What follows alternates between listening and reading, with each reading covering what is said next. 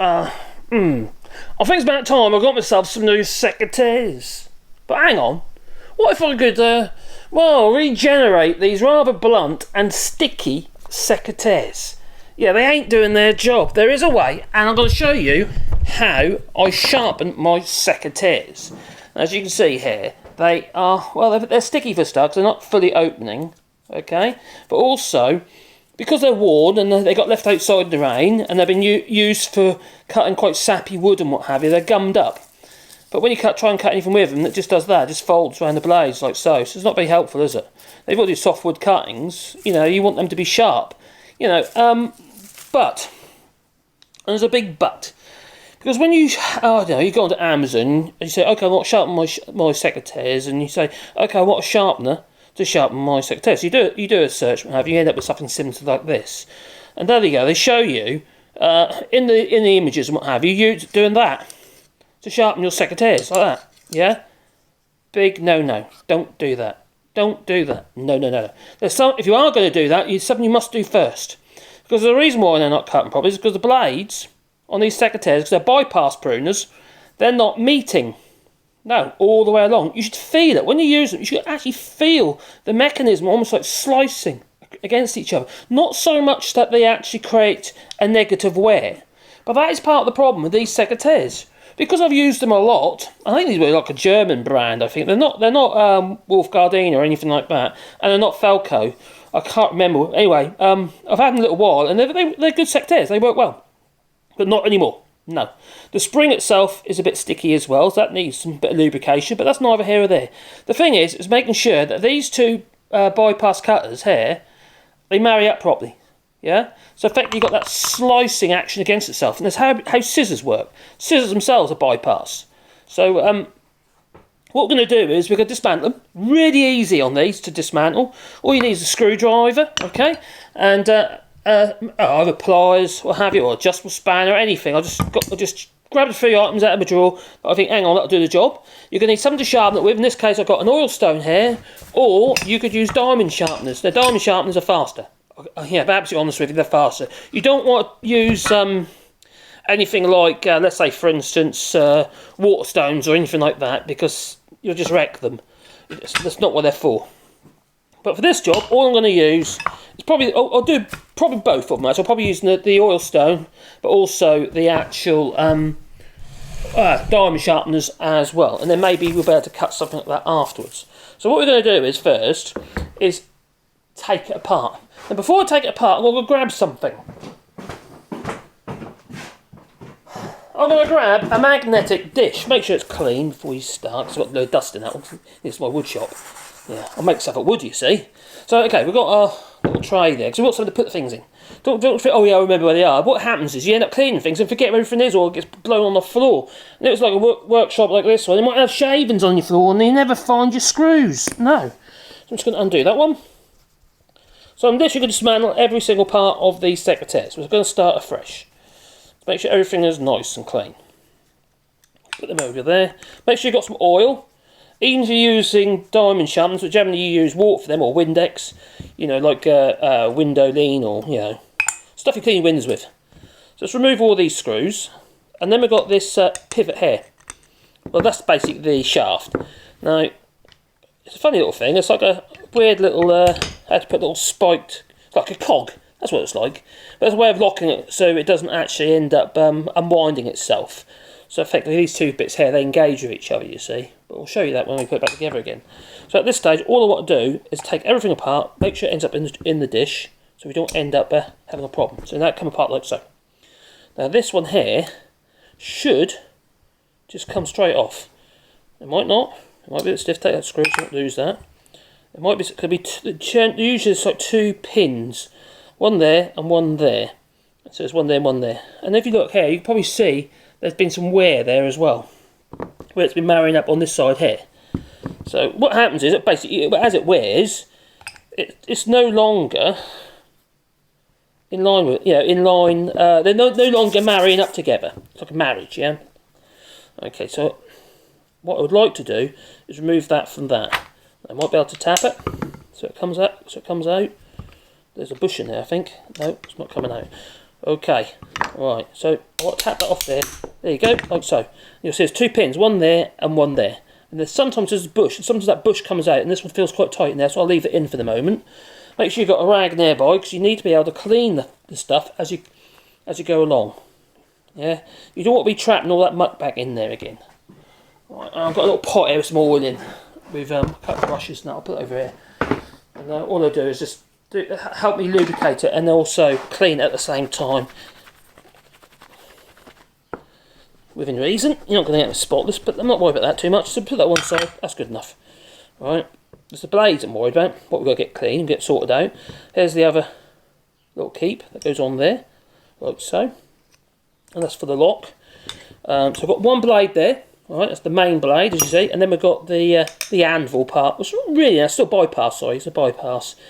Because you do get anvil secateurs. Now that should unscrew like so. Sometimes you might have to use a spanner on the outside instead, but I'm just using a screwdriver.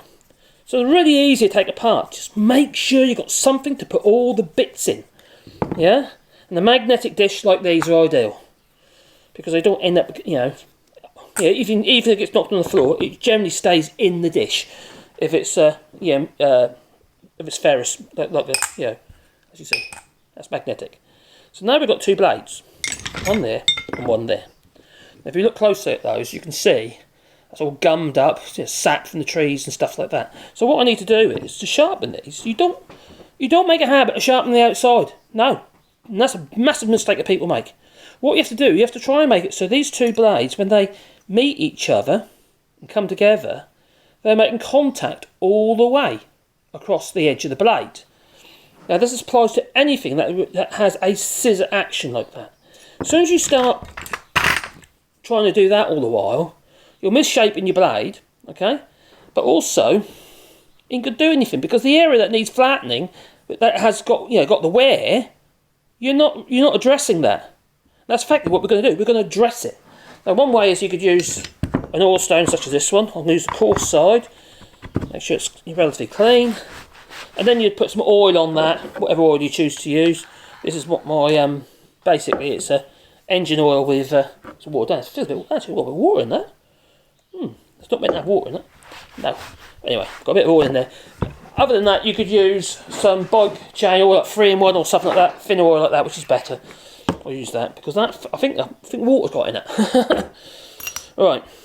So you sharpen, or not sharpen, you flatten the back, like that. Backwards and forwards like that. Let's bring it a bit closer so you can see what we're doing. Alright. So we're just literally just going to keep doing this, backwards and forwards, like so. Your stone has to be flat, obviously. Okay, so that's one way you can do it, using an oil stone, if you've already got one. And this is a Norton India combination oil stone. It's a 1,400 grit, I think, something like that. It's 1,600. Either way, it's an oil stone. And you check your back. And what you're trying to do is you flatten it. You're getting rid of all that old grime, but also you're flattening the back. Any pitting you've got to try and remove within reason. If it's badly pitted, you might have to get new secateurs, but this doesn't look too bad. So you can literally just keep doing that. Now, if you want to get rid of all this grime, one way of doing it, I'm not going to say you should do it this way because it's a bit dangerous. Let me show you.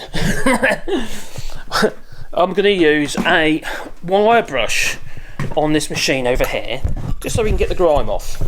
Plonk you down there like so, move you up so you can see. Oh, the wrong way. Get the water bottle out of the way. There you go. So I'm going to use this machine here. If you're going to do that, you're going to have something to hold it with. Ideally, to hold it with like so. Or I could have done it actually, wire brushed all this with this machine here before I took it apart. But then you might have damaged the edges, the alley handles and stuff. But what I'm going to do is you grab some pliers or something like that. We could put it in a clamp or something just to, I'm going to hold it with this as well. But that just, in case I get a bit weary, I can then pull my hand away, but I've still got hold of it. You don't want that to get grabbed, you see, and be pulled through into the machine.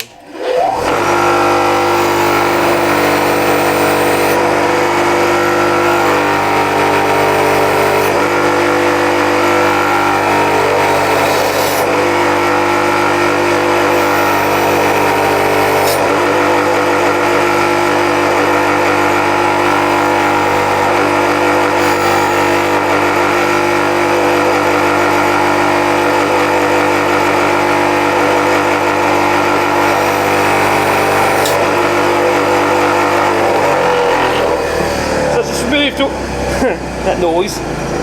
So what I've just done basically is just removed all that grime and grit and stuff on that. You could try and sand it and stuff like that, there's no point. That makes no difference whatsoever to actually the cutting edge, because it's not the edge, is it? You know, it's just a flat surface. But it's good to get rid of the grime and shit anyway, so I've got rid of that. And then we've got the other piece as well. We've got the anvil part, well not anvil, so the bypass of the bypass pruners. So I'll pop that one over there now. Right.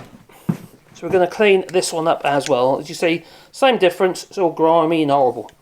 And all that stuff here, it's all get trapped behind the bits and pieces. It's going to get corroding it or, well, it's just not going to go together. While you've got the opportunity to do it, you might as well just do it. Do it. If you've got a machine to do it with.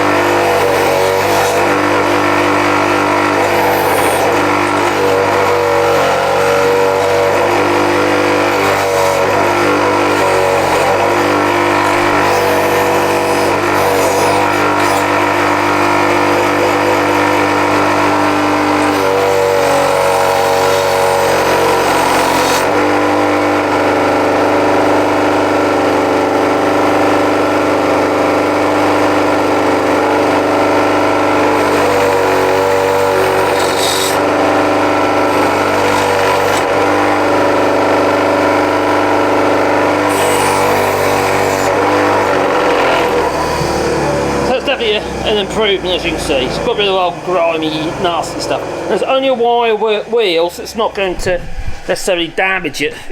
You know, as long as you're not crazy, you'll be fine. But be very, what was that? Be very, very careful, as you can hurt yourself. And you don't want to do that. So I got rid of the grime this time. I should have done it before I started. So we'll put that one to one side. I'm not going to use that. I'm going to use these. What's the 600? Before, that should be a 300, the 300, that's the coarser one. And some Windex. These are diamond sharpeners. And they're faster, they're much faster to use. So a bit of water in this case. You could use oil still, but most people just use water. Maybe back to pause like so, just flat. You're not trying to shape it or anything like that, you just put an equal pressure over the whole of the actual blade. Move backwards and forwards, and you can see the colour of water's changing. It's basically rust coming off the back. Part of the reason is because they got left outside like an idiot. Normally, I oil my secateurs regular. I mean, like as you paint them in oil, so they don't corrode. Because everything you cut is either alkaline or acidic. So that itself can corrode the steel. It's not necessarily neutral. And then it pits. When it pits, it makes it harder to sharpen or get a good edge on it. You can see a little bit of pit. I don't know if you see that darkness on the end there. That's a bit of pitting. But you can see what's happening. It's shiny on the back now. But it wasn't before. And now it should be getting to a stage where it's becoming, well, I like to say it's flattening it off. But when they bring the two parts together, and it's obviously at this point here, where they come together here, it should improve. You can put here. That sound there is what you want. So it's improving. So we'll now go do this one. These are flat. They're not bent or anything like that. These ones are flat. Scissors, though, on the other hand, because they're thinner and what have you, they tend to have a bit of a bend, so they're effectively pushing against each other. They're sprung towards each other. Secateurs are not. So they're required to be a very good machined finish. But when you do this, you might see, like you can on here, it's shiny at the back, right, which is obviously shiny here as well, because this is flat. This is perfectly flat, this is. But on that edge, where it's been worn over a period of time, it's still a bit dark, if you can just about see that, just on this edge. Well, I need to try and flatten that off to remove as much of that as I possibly can. Because the more of that you've got, the more likely your secateurs are not going to marry up properly. They're still going to try and push your green or very thin material in between the blades. So you just keep bounce and forwards. And you think, so well, you're not creating a sharp edge. Well, that's not how these work. That's not how secateurs work. Bypass secateurs is a scissor action. It's not to say how sharp they are, it's how precise they are when they come together. Obviously there's an edge on that, which we'll do in a minute. But first, our priority must be to make sure that your bypass cutters are flat on the back. And it's really easy to do. As you can see, there's no angles to worry about. I can see now that darkness on that edge is nearly gone. I might not get rid of it all, because I don't want to make the cutters thin. But I'll get rid of the majority of it. Depends how bad they are. Now, if you get Felcos, like Felco 2s, what have you, same process, they're exactly the same. These are a copy of Felcos. I can't remember, they're German secateurs, these ones. And they've been pretty good, and they keep their edge for quite a long while. In more cases, more often than not, the fact they'd stop working is usually because I haven't looked after them, forgotten about them, they got left laying around somewhere, and I start doing something else, and then it rains and you forget about them, and then they get lost in the undergrowth, and then you find them again, and you realise, oh damn, they're in a bit of a state, you say. Right, so now I'm going to bring them together. Oh, it feels so much nicer. Don't you hear that? You can hear the machine surfaces coming together. Now, although I say you don't, well, that needs a bit more work on that one, just a bit more on that one. So, before you try and put an edge on anything, you don't put an edge on that doesn't need it. But before you try and this has got a notch in it, then you might have to work it. But before you, say it again, before you actually try and put an edge on it, on this blade here, just make sure the back is flat. It's the first thing you've got to do.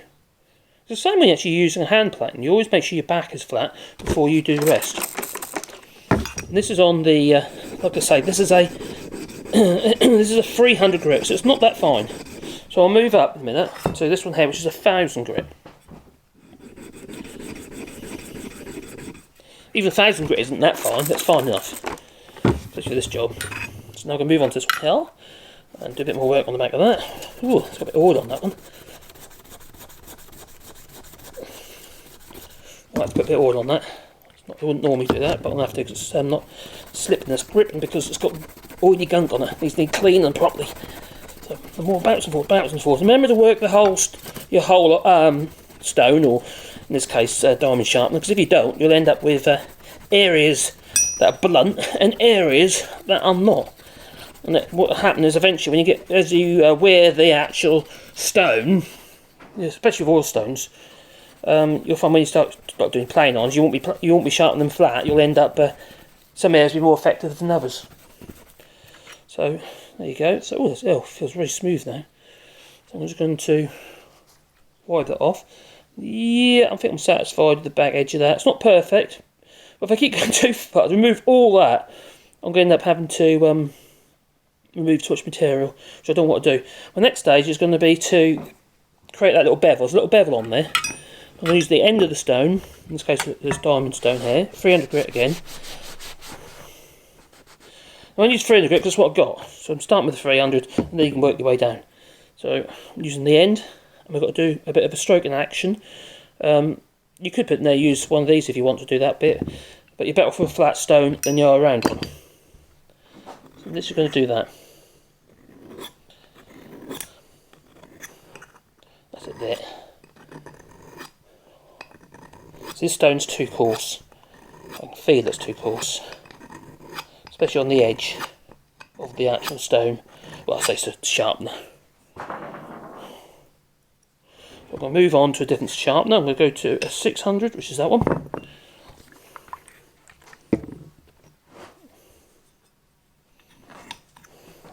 To the edge here. So I've got some room for my fingers. You could create a little jig to do this in. That's where that's come. I feel you get to a stage where you can feel it's smooth, the pitting's gone, and you can feel you're actually doing the job, so to speak.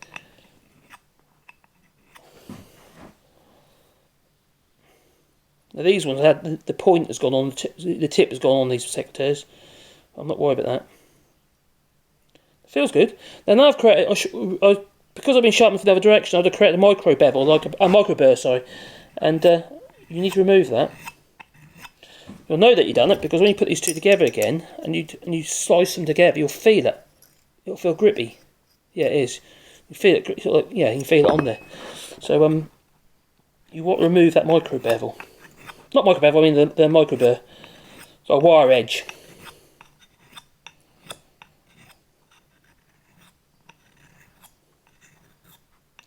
Just keep on down like so. Now, I've actually got an edge there now. You don't need it to be like so you can shave with, like I would do my plain irons. No, you just need it enough so it's relatively smooth. And when they marry together, they do their job. Now that feels good. That's starting to feel really good. So I'm going to move on to the slightly finer 1000 grit. You don't have to do all these grits if you don't want to. For some people it's unnecessary. I'm just doing it because I want to. Yeah, that's better. I remember fingers crossed here like so. I can feel the wire edge. So you really want to remove that. And various ways you can do that. Get a bit of wood. Or you've got sock on your bench and do that, and that'll peel off the wire edge. The other way you can do this. I don't recommend it if you're not used to it. And what I'm doing is I'm bending that wire edge backwards and forwards, backwards and forwards, backwards and forwards, and breaking it off.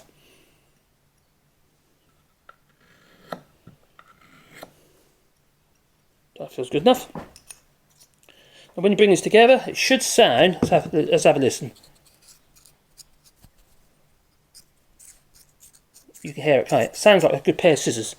But also on this one here, now although I don't generally sharpen in the other direction, I'm not. I want to make sure that is uniform. Obviously you can't use a flat one, so I'm going to have to use a bent one like so. Or a bent one, a round one like so. And I'm just going to swipe it like that a few times just to make, just to get rid of any little nicks that might be in there. And any nasty crap. I'll start seeing a shiny edge there now. I'm not trying to make it sharp or anything like that. I'm just trying to make it uniform in the sense of no nicks. Well, get rid of the rust and stuff like that.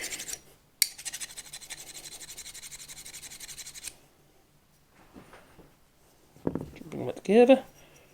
We're nearly there, and we'll be putting them back together in a second.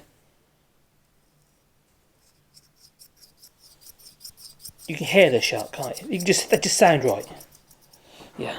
So what we're going to do now, we are going to put them back together. Remember how to do it. Right. First things first. The bypass of the cutter here, the actual blade itself, has to be located on these two pins. There's two pins there, one there, one there. And it's the same on the Felcos as well. Make sure you've got the right way round. Or it'd be embarrassing. You feel very silly. Nope, got that wrong way round. It is that way round. Aha! I'll be an idiot. That way round, okay. Like so, and those pins should go into those holes. Okay, you can get a little block of wood, put it on, and just tap it if you want. Just gently do it, don't try and go crazy. There you are, just tap it in there. So it's pushed up all the way along, maybe a bit more. Yep, that's good. So I've got a bit of gunk on there. I think it come up, probably sap from a tree or something on there. All that gooey stuff. I'm not that worried about that. I just want them to work. It's usually a good idea, isn't it? Right, now we have this spring here we've got to think about. Now that will need some lubricant, so I'm just going to paint some oil onto that. Give it a wipe over. It's all springy, so yeah, that's good. Put that back in there. And each stage we're going to put back into place. You can clean these as you go. I'm not that bothered, to be honest. No, that's fine. That's fine. You've got to be careful, you're not losing the bits, or they fall off or something stupid. Now, one of those goes into there like so. And you see that will go on there like that, you see. There's a screw, if I remember rightly, goes into the handle. There's two screws. Remember which is which now. Oh, course, they're different lengths. The two bolts here are different lengths. Which is which? Well, I imagine that one goes into there. I'm guessing. Hang on, maybe not.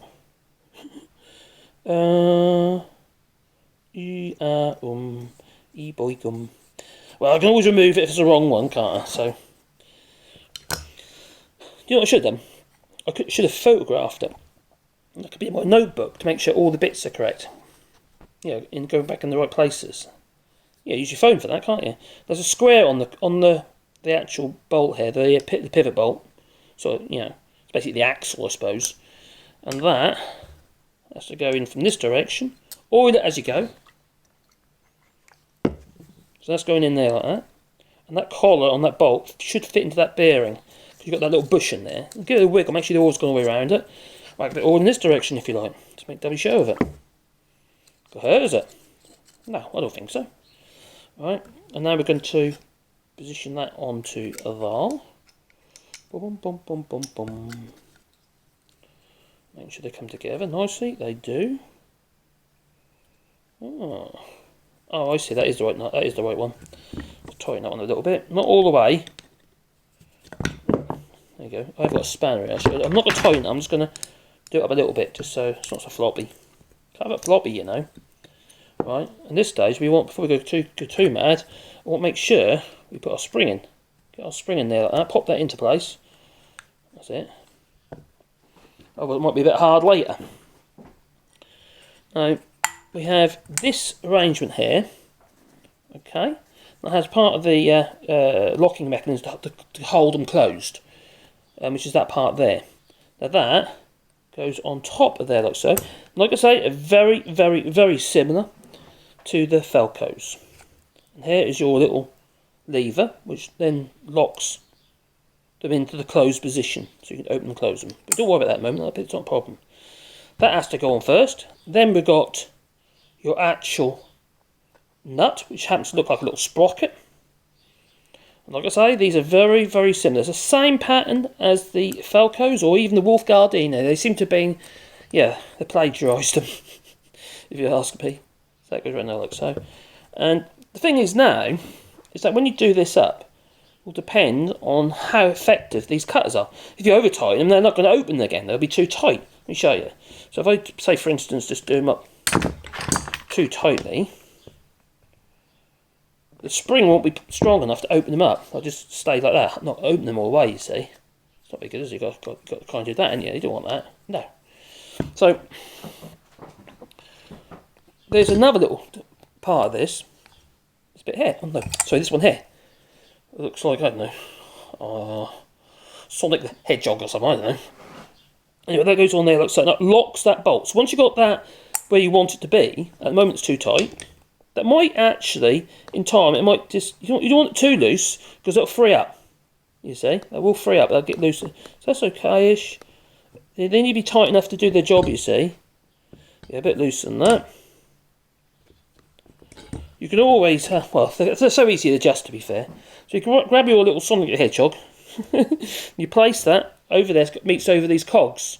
If you look, see, if you see that? And that locks the this bolt here. It's like a tension bolt. And then you put your screw back in there, bit of oil as you go. Remember, don't over tighten anything, because these are screwing into aluminium. And you can quite easily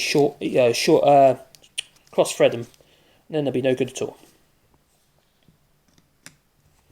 So let's put that so it's in over the top of it. So they marry it like a pair of cogs, and that'll lock that nut. Lock, nut, tension. Oh, what do you call? What's the actual name of that? I wonder. It's a locking nut, some description, isn't it? So I'm not going to tighten them up just yet. That feels good. Now, proving the pudding is, what do they cut now, or do I need to do a little bit more work?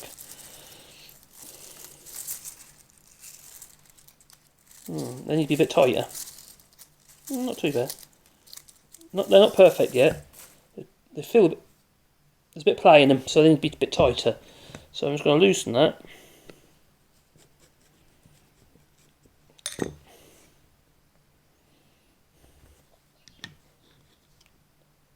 You want them to be able to.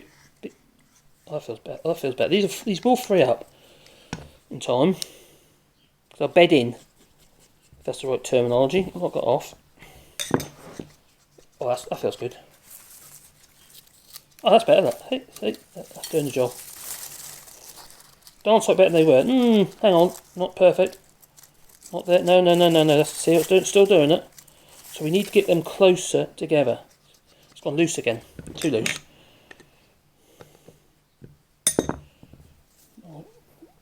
One thing you can do is have a look. If they're badly worn, hold them up to the light and look.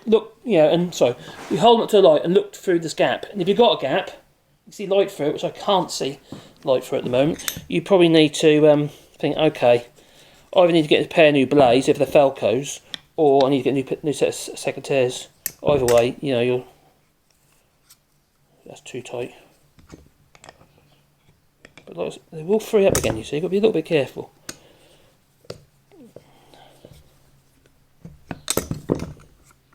Oh, that sounds better. Oh yeah, that's better. There you go. There you are. Look, perfect.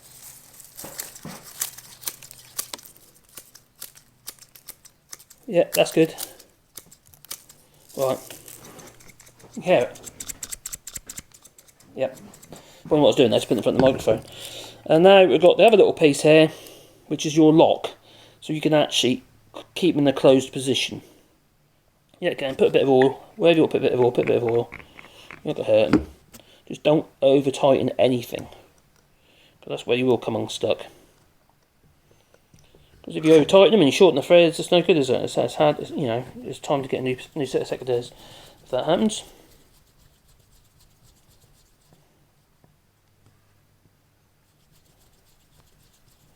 And the other thing what this little thing does as well, if you lose it, what ends up happening, you see, if you don't have that on, these are open too wide and your springer will keep popping out.